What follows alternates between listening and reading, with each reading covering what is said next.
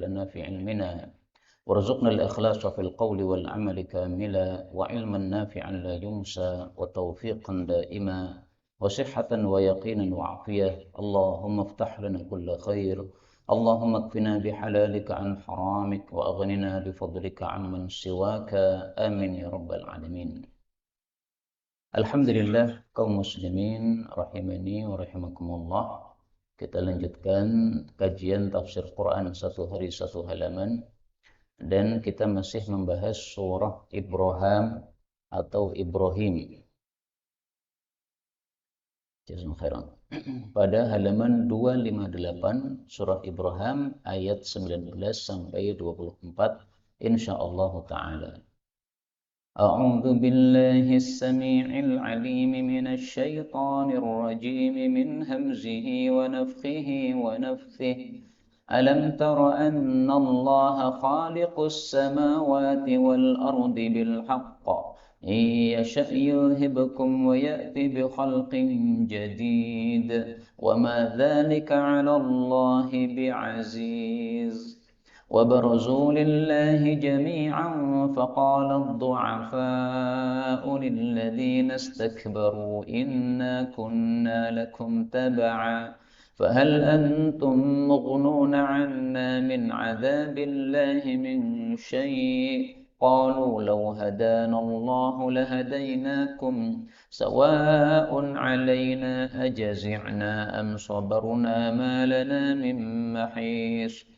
وقال الشيطان لما قضي الأمر إن الله وعدكم وعد الحق ووعدتكم فأخلفتكم وما كان لي عليكم من سلطان إلا أن دعوتكم فاستجبتم لي فلا تلوموني ولوموا أنفسكم ما أنا بمصرخكم وما أنتم بمصرخي إني كفرت بما أشركتموني من قبل إن الظالمين لهم عذاب أليم. وأدخل الذين آمنوا وعملوا الصالحات جنات تجري من تحتها الأنهار خالدين فيها بإذن ربهم تحيتهم فيها سلام.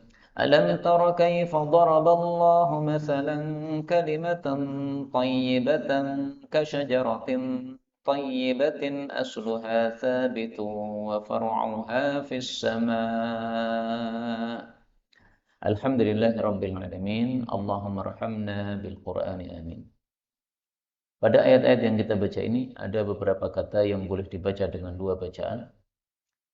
Pada ayat 19 khalaqa boleh dibaca khaliqu.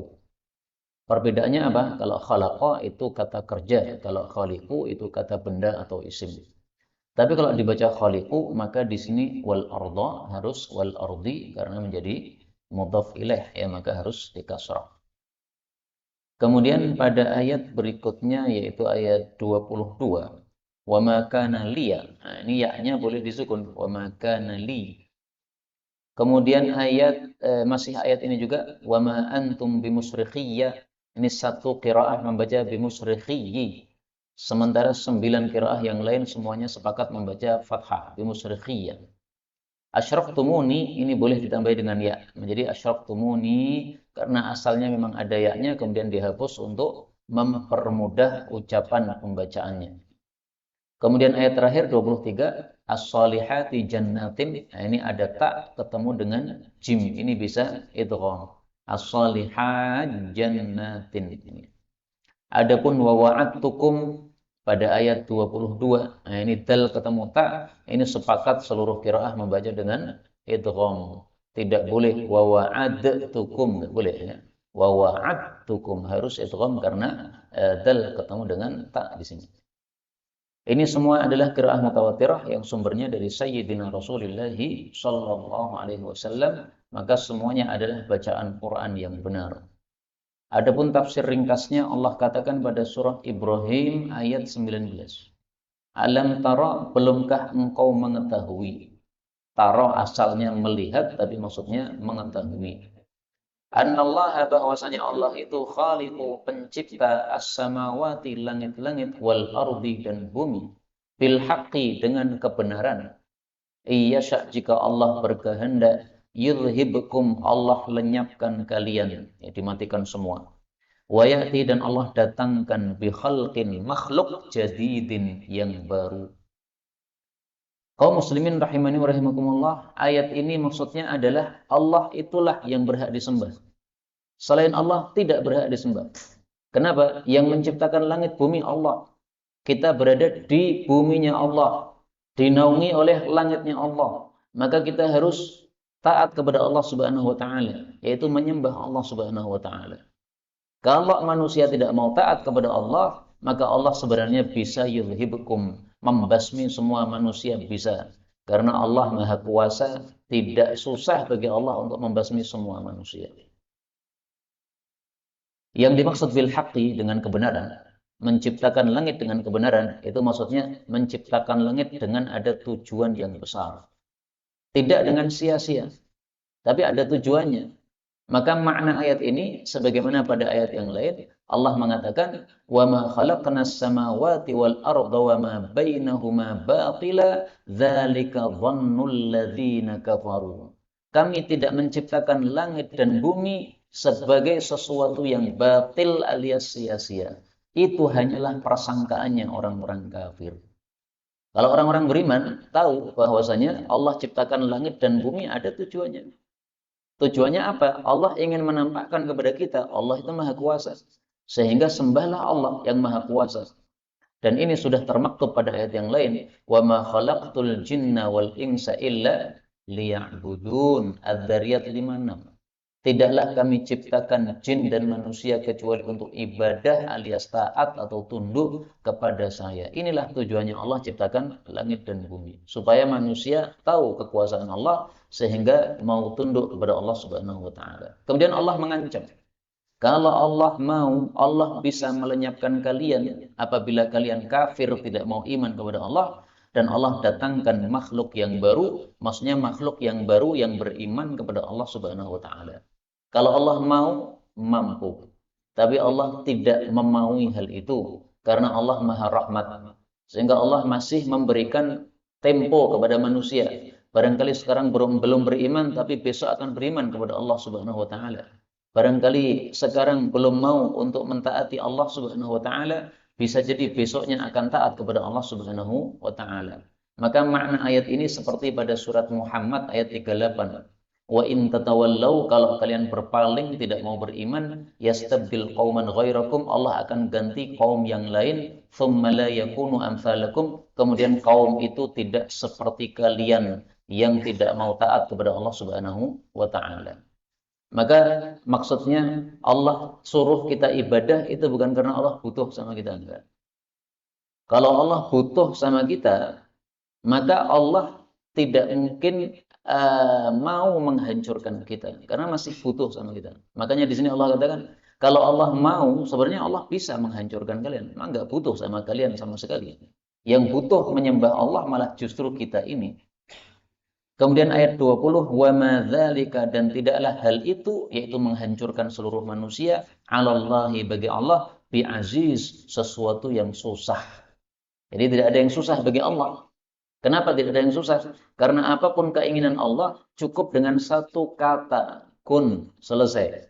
Pada surat Yasin ayat terakhir Allah mengatakan, innama amruhu idza arada syai'an ayyaqula lahu kun.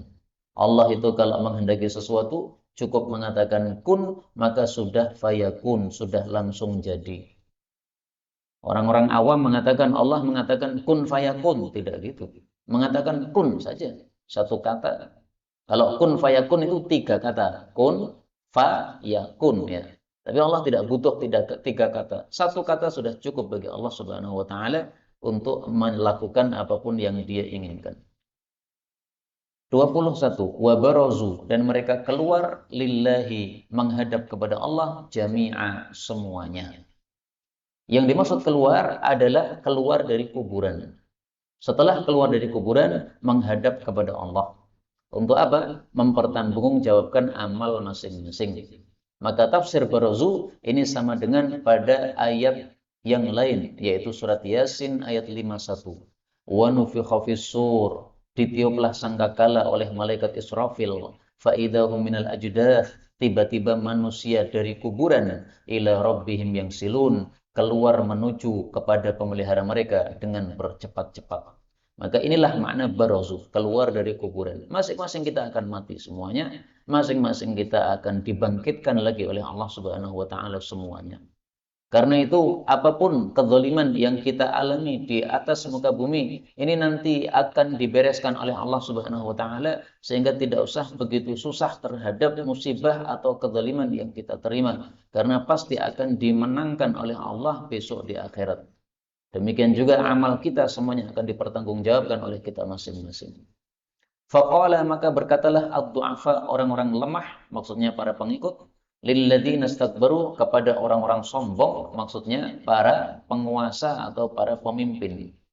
Inna, sesungguhnya kami, kunna adalah kami dulu, yaitu di dunia, lakum bagi kalian, wahai para pemimpin, taba'an adalah pengikut. Tapi sekarang kalian masuk neraka, kita ikut masuk neraka. Fahal, maka apakah antum kalian mughnuna, bisa menolak anna dari kami, min adabillahi, dari siksaan Allah, min syai' sedikit pun. Jadi setelah sama-sama masuk neraka, maka para pengikut itu menyalahkan para pemimpinnya. Kami masuk neraka gara-gara kalian. Karena kalian menjadi panutan kami. Tiwas diikuti, ternyata masuk ke dalam neraka. Nah, maka menyalahkan. Maka dari ayat ini diambil pelajaran bahwa besok di akhirat itu antara pengikut dengan yang diikuti itu saling menyalahkan. Kalau sekarang di dunia antara pengikut dengan yang diikuti saling mencintai. Kasih uang, kasih duit, bayaran dan sebagainya. Nah, tapi di akhirat nanti akan lenyap. Itulah hubungan yang fana di dunia ini, tidak sampai kekal di akhirat. Dan ini sudah tertulis di dalam ayat yang lain. Allah mengatakan al-akhillah, orang yang saling cinta, yauma idzin, pada hari itu di akhirat, ba'duhum li ba'din adu, saling memusuhi sesama yang lain, illal muttaqin, kecuali orang-orang yang bertakwa, maka tidak saling memusuhi sampai di akhirat. Surat Az-Zukhruf ayat 67. Maka mudah-mudahan kumpulnya kita di sini tidak termasuk kumpul yang menyebabkan apa? Permusuhan di akhirat, tapi menyebabkan masih berkumpul di akhirat kelak di hadapan Allah di dalam jannah firdausnya Allah Subhanahu wa taala. Amin ya rabbal alamin. Sebagaimana kita kumpul di sini membaca ayat-ayat Allah, maka insya Allah kita akan kumpul dalam surganya Allah Subhanahu wa taala. Amin. Qalu, mereka mengatakan, yaitu para penguasa tadi, pemimpin. Lau hadanallah, kalaulah Allah memberikan hidayah kepada kami, la hadainakum, sungguh kami memberi hidayah kepada kalian. Maksudnya apa? Maksudnya mereka nggak mau disalahkan. Kami sesat karena kami disesatkan Allah. Kalau kami ditunjuki Allah, kami juga kasih petunjuk kepada kalian. Tapi Allah kasih kami kesesatan, akhirnya kami menyesatkan kalian. Jadi tidak mau disalahkan. Yang pengikut tidak mau disalahkan karena dia hanya mengikut. Yang diikuti tidak mau disalahkan dengan alasan kami sesat, ini Allah yang menyesatkan kami. Maka kami tidak menunjuki kalian karena tidak diberi petunjuk oleh Allah Subhanahu wa taala. Tapi kesalahan tetap pada manusia, tidak pada Allah Subhanahu wa taala, karena Allah sudah kasih manusia akal, bisa mikir mana yang baik, mana yang buruk, mana hidayah, mana dhalalah. Sawaun, sama saja, alaina bagi kita, ajazina, apakah kita keluh kesah, am sabarna, ataukah kita bersabar, malana, tidak ada bagi kami, mim mahis, tempat lari, yaitu tidak bisa lari dari neraka. Ini ayat yang sangat populer, yang sudah sering saya tampilkan. Kenapa? Karena ini mengkisahkan drama yang dilakukan oleh orang-orang kafir. Orang kafir melakukan drama 100 tahun, 100 tahun. 100 tahun pura-pura jazikna, keluh kesah, supaya Allah turunkan rasa kasihan kepada mereka. Ternyata sudah 100 tahun ditunggu, nggak ada gunanya. Akhirnya mereka drama lagi 100 tahun pura-pura sabar, disiksa diem aja udah, nggak merengek, nggak ngapa. dengan harapan mudah-mudahan Allah kalau mengetahui kesabaran mereka dalam neraka, maka akan diberikan keringanan, akhirnya dikeluarkan dari neraka. Maka itu semuanya nggak ada gunanya. Sudah dicoba 100 tambah 100 berarti 200 tahun, nggak ada gunanya. Baru mereka mengatakan sawaun alaina. Ternyata sama saja. Ini kita temukan riwayatnya di dalam kitab Ibnul Munzir, Ibnu Abi Hatim dari Zaid bin Aslam, bahwasanya dia menceritakan sawaun alaina ajazina sabarna itu adalah jaza'u mi'ata sana. Mereka keluh kesah 100 tahun dalam neraka. Wa sabaru mi'ata sana, dan mereka bersabar 100 tahun. Tapi setelah nggak ada gunanya baru ngomong ini tadi. Dalam riwayat Tabarani bukan 100 tahun, tapi khamsami'ati san'amin, 500 tahun. Jadi ada dua riwayat nih. Nah, kalau sama-sama benar riwayatnya, berarti ada yang mencoba 100, ada yang mencoba 500.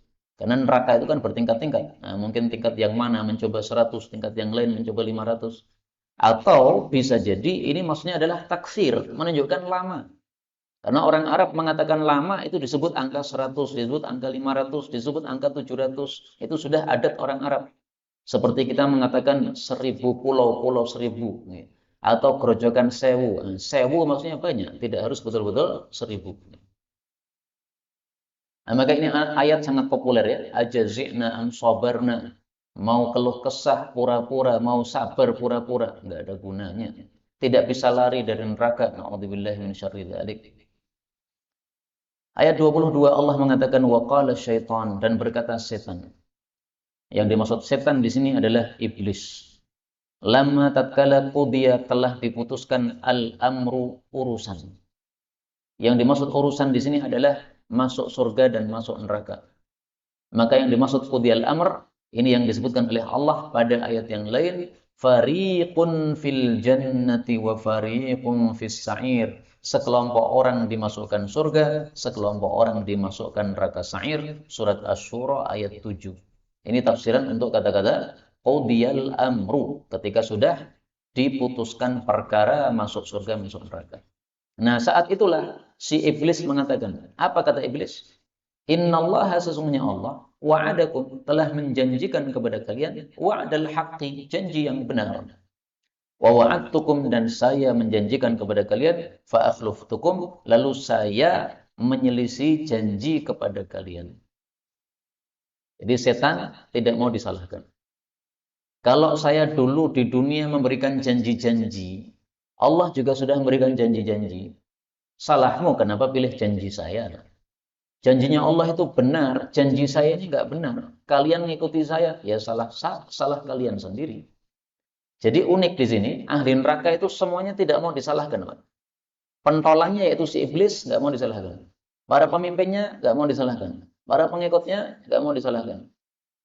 Nah, maka nanti akan ada penjelasan lebih lanjut bahwa seseorang itu kalau disiksa di neraka itu jangan nyalahkan siapa-siapa. Salahkan dirimu sendiri, nggak usah nyalahkan orang lain.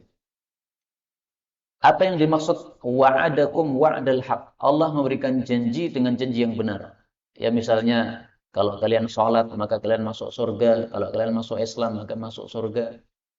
Apa misalnya wa'adtukum fa'akhlaftukum? Setan memberi janji tapi menyelisih. Contohnya yang disebutkan di dalam surat Al-Baqarah. Allah mengatakan pada surat Al-Baqarah ayat 268.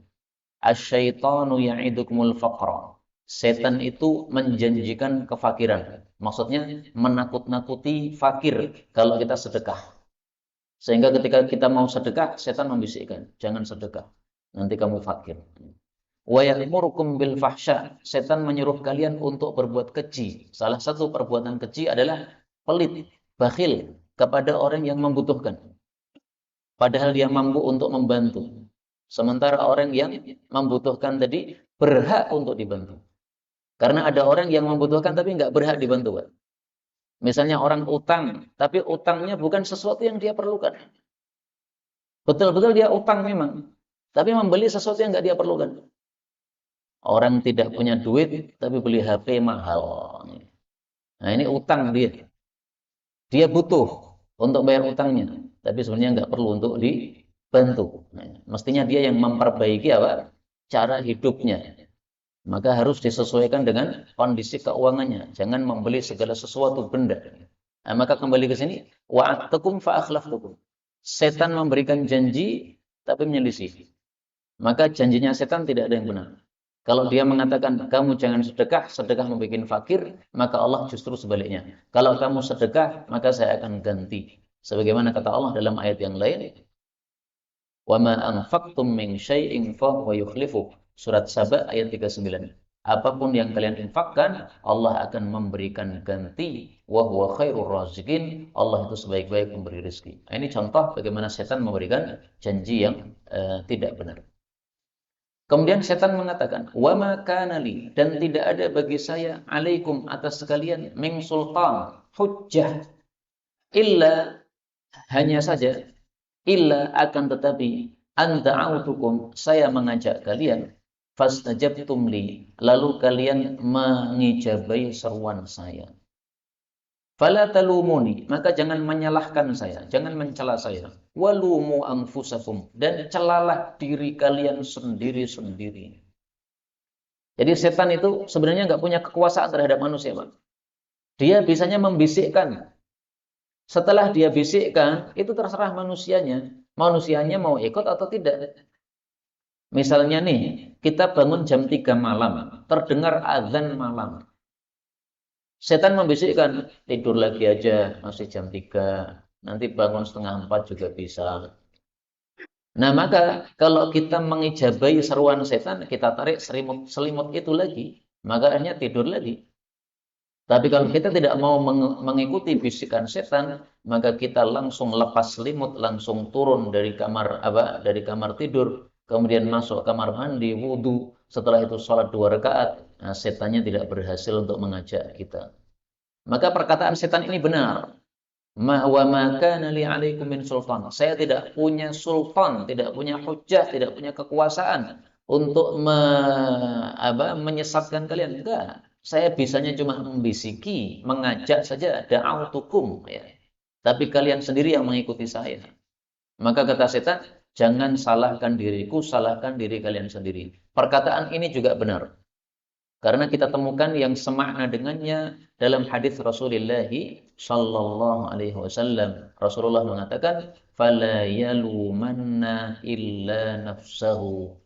Rasulullah bersabda, "Innama hiya a'malukum." Amalan-amalan kalian wahai manusia, uhsiha lakum. Semuanya saya jaga untuk kalian, dicatat oleh Allah Subhanahu wa taala. Tsumma uwaffikum iyyaha. Kemudian akan saya berikan balasan yang sempurna terhadap amalan tadi. Faman wajada khairan, siapa yang mendapati balasan yang baik, falyahmadillah, hendaklah memuji Allah. Alhamdulillah, masuk surga. Wa man wajada ghaira dzalik, tapi barang siapa yang mendapati selain itu, fala yalumanna illa nafsah, jangan cela kecuali diri sendiri. Hadis riwayat Muslim sahih. Nah, maka salah ada pada diri kita masing-masing kalau kita mengikuti setan. Karena kita mau menuruti bujukan setan tadi, padahal sebenarnya bisa meninggalkan bujukan setan. Bagaimana cara kita meninggalkan bujukan setan? Kalau setan datang kepada kita, Rasul Shallallahu Alaihi Wasallam mengajarkan, "Lau qala a'udzu billah."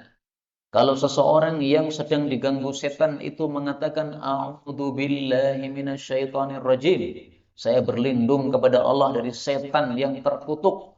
Dzahaba anhu ma yajid. Maka gangguan setan itu akan lenyap. Hadis riwayat muttafaqun alaih. Jadi mari kita biasakan ketika dibisiki setan, kita ucapkan apa? A'udzu billahi minasyaitonir rajim. Tapi ucapannya nggak akan berguna kecuali kalau kita resapi, Pak. Kalau ucapan hanya di mulut, nggak ada guna.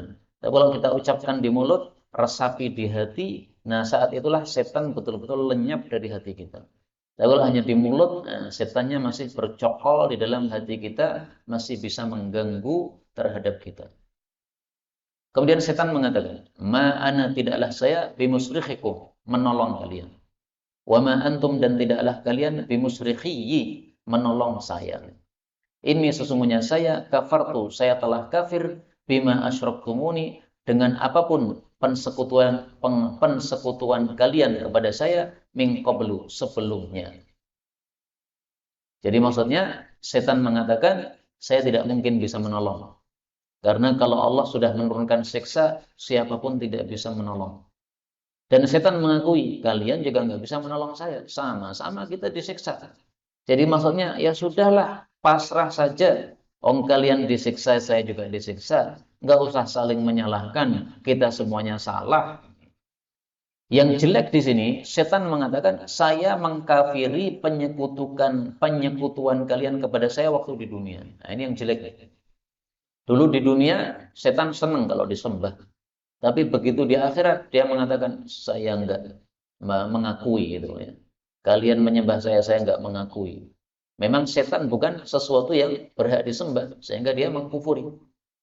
Dan pengkufuran seperti ini disebutkan juga dalam banyak ayat yang lain, seperti misalnya pada surat Fatir ayat 14. Wa yaumal qiyamah, dan pada hari kiamat kelak, yakfuruna bisyirkikum. Mereka akan mengkufuri kesyirikan yang kalian lakukan terhadap mereka. Jadi para sesembahan itu ketika di dunia senang ketika disembah, tetapi ketika di akhirat malah justru mengkufuri. Saya tidak mengakui bahwa kalian sebagai apa? Kalian menyembah saya atau saya sebagai sembahan kalian. Kemudian Allah mengatakan, nah, sampai di sini sudah selesai perkataan setan. Ya. Titik. Kemudian Allah mengatakan, Innal zalimin, sesungguhnya orang-orang yang zalim, lahum bagi mereka, adzabun alimun, siksaan yang menyakitkan. Yang dimaksud zalim ini adalah kafir. Kaidah tafsir mengatakan banyak sekali kata-kata zalim dalam Al-Quran maknanya kafir. Ini salah satu contohnya. Allah mengatakan inna syirka la zulmun azim. Itu dalilnya bahwasanya zalim dimaknai kafir atau syirik. Karena zalim ada 3 macam. Zalim kepada Allah yaitu kafir, zalim kepada diri sendiri yaitu kita berbuat maksiat, zalim kepada sesama orang lain yaitu zalim kepada hartanya atau nyawanya atau kepada kehormatannya. Adzabun alim, siksaan yang menyakitkan, maksudnya adalah api neraka jahanam.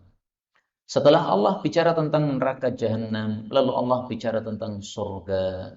Inilah yang disebut dengan ayat-ayat mathani. Diulang-ulang, jelek kemudian baik, surga kemudian neraka, orang baik kemudian orang jahat, orang soleh kemudian orang toleh. Tujuannya supaya manusia imbang, memiliki 2 sifat, roja mengharap rahmat Allah dan khauf takut kepada siksa Allah. Maka ditampilkan siksa, juga ditampilkan balasan yang baik. Maka Allah mengatakan, wa udkhila, dan dimasukkanlah alladzina amanu, orang-orang yang beriman, wa amilus solihati, dan beramal soleh. Kemana? Jannatin, surga-surga. Tajri, mengalir, min tahtiha, bawahnya, al-anhar, sungai-sungai. Khalidina, kekal, fiha, di dalam jannah-jannah tadi, bi'ilmi rabbihim, dengan izin pemelihara mereka. Tahiyyatuhum, penghormatan mereka, fiha, di dalam surga, adalah ucapan salam. Salam, assalamualaikum. Seperti di dunia, Pak. Jadi kalau kita pengen assalamualaikum di surga, maka biasakanlah di dunia kalau ketemu juga mengucapkan assalamualaikum. Karena kebiasaan dunia ini akan berlanjut pada akhirat. Orang-orang munafik itu biasa bohong di dunia, sehingga sampai di akhirat mereka masih juga bohong sama Allah Subhanahu wa taala. Sebagaimana disebutkan di dalam surat Al-Mujadilah, wa yahlifuna, dan mereka orang-orang munafik itu bohong, alal apa? Bersumpah alal kadzibi, atas kebohongan, wa hum ya'lamun, padahal mereka mengetahui. Ini di dunia. Terus di akhiratnya bagaimana? Di akhiratnya Allah Subhanahu wa taala sebutkan bahwa mereka mengulangi lagi, berbohong lagi, bersumpah lagi. Wa yahsabuna annahum ala syai'. Surat Al-Mujadalah ayat 18. Yauma yab'atsuhumullah, besok Allah kumpulkan orang-orang munafik, fayahlifuna lahu kama yahlifuna lakum. Lalu mereka bersumpah bohong kepada Allah sebagaimana dulu mereka bersumpah bohong kepada manusia di dunia. Jadi berlanjut. Maka kalau kebiasaan kita salam di dunia, insya Allah nanti juga salam di akhirat, yaitu di dalam surga ini. Wa tahiyyatuhum fiha salam. Kita ambil beberapa faedah. Faedah yang pertama, kewajiban kita untuk bisa masuk surga cuma 2. 1 iman, 2 amal saleh. Karena isinya Quran cuma 2. Berita sama aturan. beritanya kita percayai, itulah iman. Aturannya kita taati, itulah amal soleh. Maka amal soleh itu mencakup dua. Melakukan perintah Allah, meninggalkan larangan Allah. Inilah kunci masuk surga. Sepele kan? Cuma dua saja. Mudah-mudahan Allah berikan kita kekuatan untuk melakukan dua kunci ini sampai kita mendapatkan husnul khatimah. Amin ya rabbal alamin. Jannatin, surga-surga. Berarti surga itu banyak. Sebagaimana sabda Nabi, jinanun katsira. Surga banyak. Al-anhar, sungai-sungai. Berarti sungai itu banyak macamnya. Silahkan lihat macamnya pada surat Muhammad. Tahiyyatuhum, penghormatan di antara mereka adalah ucapan salam. Penghormatan ucapan salam ini ada tiga macam. Satu, ucapan salam dari Allah. Dua, ucapan salam dari para malaikat. Tiga, ucapan salam antar sesama mereka, sesama ahli surga. Dalilnya bisa dilihat masing-masing pada surat Al-An'am ayat 127, ini salam dari Allah. Mohon maaf.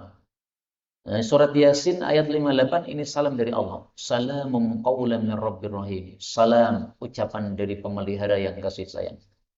Salam dari malaikat itu surat Az-Zumar ayat 73. Wa qala lahum khazanatuha, berkata penjaga surga, salamun alaikum tibtum. Selamat kalian dulu di dunia orang-orang baik. Fadkhuluha khalidin, maka silahkan masuk dengan kekal. Kemudian salam sesama mereka adalah ucapan salam, itu juga ini. Dalilnya tahiyyatuhum fiha salam. Maka surga itu salah satu namanya adalah Darussalam, kampung salam. Karena kita mendapatkan salam dari Allah, salam dari malaikat, dan salam sesama muslim yang ketemu. Saya khawatir kalau sesama muslim saling bermusuhan, kemudian ketika berjumpa melengos, tidak mau saling salam, saya khawatir itu nanti tidak termasuk orang-orang yang mendapatkan apa? Darussalam, kampung salam. Dan itu ada dalilnya. Rasulullah Shallallahu Alaihi Wasallam bersabda, "La tadkhulul jannah hatta tahabbu." Enggak bakal kalian masuk surga sampai kalian itu beriman. Wala tu'minu, tidak bakal iman sempurna hatta tahabbu, sampai saling cinta. Afsus salam bainakum, sebarkan salam di antara kalian. Maka sama muslim ini sepantasnya begini Pak, saling salam. Yang menyebabkan orang Islam ini tidak saling salam itu siapa? Setan. Tahrish bainahum. Setan itulah yang mengadu domba antar manusia. Nah, maka jangan mau diadu domba oleh setan. Ini hadis sahih riwayat Tirmidzi. Kemudian ayat 24, ayat terakhir. Alam tara, belumkah engkau mengetahui? Kaifa, bagaimana daraballah, Allah membuat masalan, perumpamaan, kalimatan thayyibah, kalimat yang baik, kasyajaratin thayyibah, seperti pohon yang baik. Asluha, pokoknya, sabit, kokoh, yaitu di bumi. Wa far'uha, sementara cabangnya atau bagian atasnya, fis sama, menjulang ke langit. Ini perumpamaan untuk kalimat la ilaha illallah. Itulah yang dimaksud kalimatan thayyibah. Ucapan la ilaha illallah itu seperti pohon yang baik. Yang dimaksud pohon yang baik adalah pohon kurma. Pohon kurma baik. Kenapa? Nah, mari kita lihat dalilnya. Rasulullah Shallallahu Alaihi Wasallam bersabda, "Matsalul mu'min matsalun nakhlah." Perumpamaan orang beriman itu seperti pohon kurma. Ma akhadta minha min syai', apapun bagian dari kurma engkau ambil, nafa'aka, ada manfaatnya. Kayunya bisa dimanfaatkan, akarnya bisa dimanfaatkan, bijinya bisa dimanfaatkan, buahnya bisa dimanfaatkan. Apalagi Pak? Daunnya bisa dimanfaatkan. Semuanya bisa dimanfaatkan. Nah, orang beriman itu mestinya sifatnya seperti itu. Dia punya ilmu, ilmunya manfaat untuk orang lain. Dia punya harta, hartanya manfaat untuk orang lain. Dia punya jasa, jasanya manfaat untuk orang lain. Anda pintar apa? Pintar mijet. Nah, mijetnya ini manfaat untuk orang lain. Jangan untuk diri sendiri.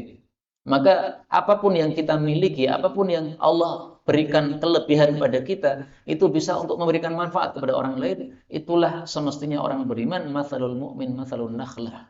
Orang beriman seperti pohon kurma. Maka yang dimaksud syajaratun thayyibah, pohon yang baik ini adalah pohon kurma. Asluha thabit wa far'uha fis sama.